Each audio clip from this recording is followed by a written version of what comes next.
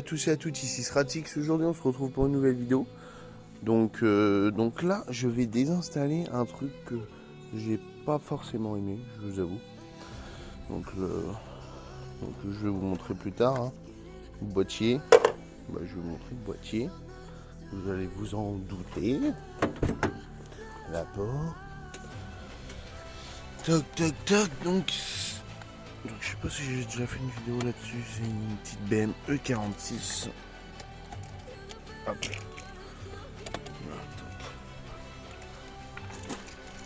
Donc c'est un truc que j'ai installé pour un délire, mais je m'en doutais que voilà. Donc vous comprenez. Donc voilà. Donc je vais vous montrer. Après j'avais pas filmé ça parce que j'étais pas encore sûr du résultat. J'avais un doute. J'avais autre chose en tête et ce autre chose je vais le faire en fait.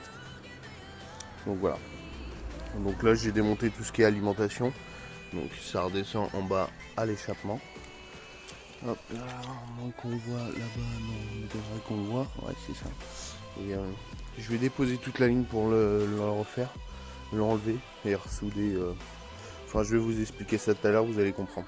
On se retrouve à tout à l'heure. Bon, on se retrouve, donc voilà, j'ai déposé carrément toute la ligne, donc c'est pas si compliqué que ça. Donc ça va assez bien là-dessus.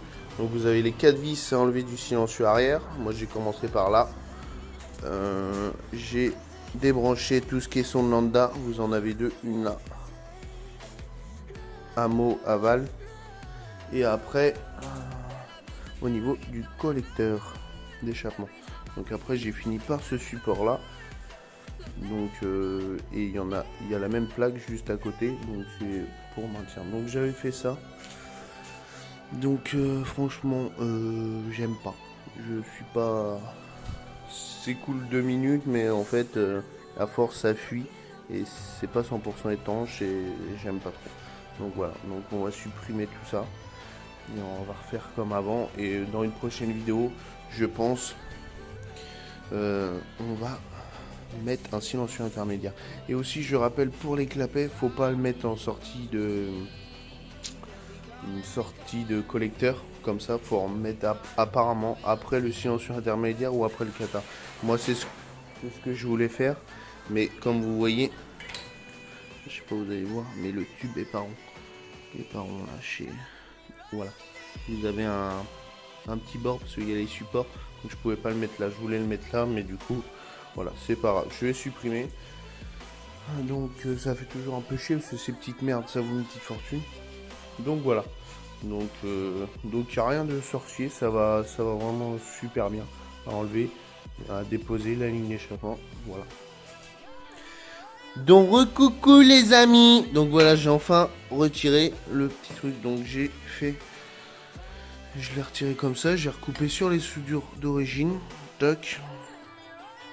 Et je l'ai enfin. Après, je vous avoue, j'ai eu du mal à l'enlever quand même. Hein. C'était pas des soudures de zinzin. Ce que j'ai prévu de prendre un autre tube, le couper à moitié et le couper en demi-cercle et le remettre à la place. Donc voilà. Donc on va faire tout ça tranquillement pour le reboucher. Et après, il n'y a plus qu'à remettre sur le véhicule. Tout le monde, donc ce que j'ai fait, c'est que j'ai pris un tube de 80. Putain, c'est chaud. Je l'ai coupé en demi-lune, comme ça. Donc, bam. Après, donc après, ce que je vais faire, bon, je vais bien poncer, bien décaper un peu partout. Et hop, ce que je vais faire, toc. Pourquoi je fais comme ça? Comme ça, je repointe partout.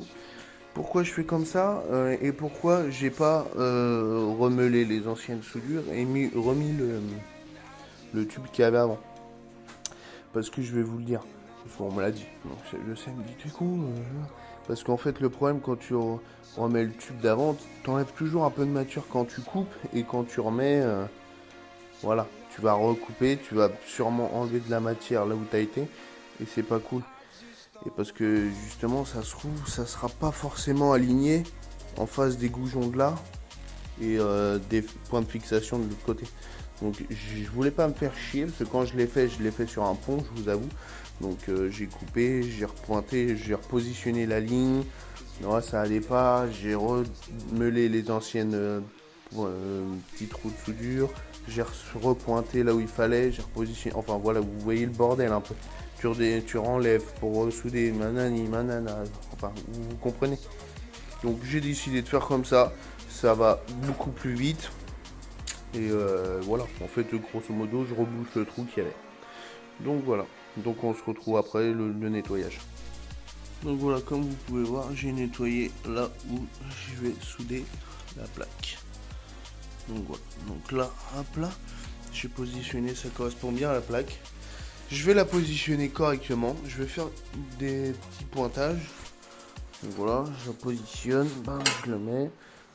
Bon là je le mets à l'arrache. Je mets quelques petits pointages, je regarde ce que ça donne. Et après on va pouvoir souder correctement. Bon tout le monde, du coup voilà, j'ai fait ma petite soudure. Bon, je vous ai pas filmé le pointage parce que du coup ça tombait bien, donc j'ai préféré tracer. Donc voilà, ma petite soudure. Donc j'ai soudé tout autour, bon ça fait un gros pâté un peu, parce qu'il y a l'ancienne soudure aussi. Donc voilà. Donc j'ai soudé ma petite plaque. Voilà, bon il y a les petites billes, un peu les petits résidus de la soudure là. Faudrait que j'enlève. Du coup voilà, ma petite suppression de ce fameux de clapet de... Franchement je vous le conseille pas, honnêtement. J'ai sûrement dit tout à l'heure. Mais ouais, franchement je le conseille pas.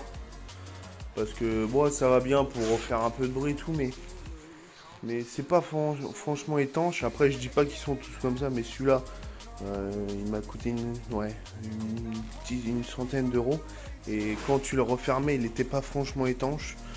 Donc c'était pas top quoi. On entendait toujours une petite fuite et tout. Donc après, moi je suis peut-être casse-couille sur ça. Après il y en a où quand ils le mettront, ça leur dérangera pas. Mais moi spécialement, ça me faisait chier.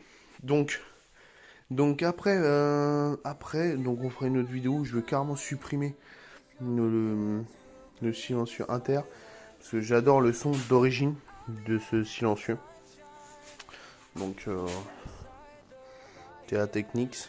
Donc la référence est là, si vous voulez. Pour E46. Après, je sais pas si vous le retrouvez encore. Parce que moi, j'ai eu du mal à le trouver. Et pourtant, je sais qu'il était bien au niveau qualité-prix et qualité-son. Il ferait vraiment un joli bruit. Et du coup, vu qu'on entendait une petite fuite, du coup, c'est... Même quand on accélérait, le bruit n'était pas celui-là que d'avant, en fait. Donc c'est pour ça que ça m'a incité 2 fois plus à le supprimer, ce clapet. Donc voilà. Donc là, une fois que c'est fait, je vais nettoyer correctement ça. Et on va le remonter sur la petite voiture. Donc tranquillement. Donc là, on a fait le plus gros travail. Après, après, c'est le chemin à l'envers. Donc honnêtement, j'ai pas mis longtemps à l'enlever. Donc ça va aller assez vite maintenant. Donc je vais ranger, je vais nettoyer. Et on va faire le boulot à l'envers. Du coup, tout le monde, je vous remonte une fois tout monté. Donc ça donne ça. Donc là, c'est ce que j'ai fait. Toc. Donc là-haut, vous avez... Toc là. Vous avez la descente du collecteur avec les 4 vis. Toc, ça vient là. Le petit support qui est là. Avec la sonde lambda juste en haut. Là, le catalyseur. Donc les deux supports comme je vous ai dit, attention, il y a la petite sonde qui est juste là. Donc le silencieux intermédiaire et le silencieux sport. Du coup voilà, donc ce qu'on va faire, on va démarrer. On va contrôler si ça fuit pas. Normalement non, mais bon, on contrôle toujours au cas où. Et du coup voilà, c'est tout bon. Donc on se retrouvera tout à l'heure, je vais vous filmer le son. Merci d'avoir regardé cette vidéo. C'est cool. On se retrouve pour une prochaine aventure avec les Tintins. Allez, ciao, bye.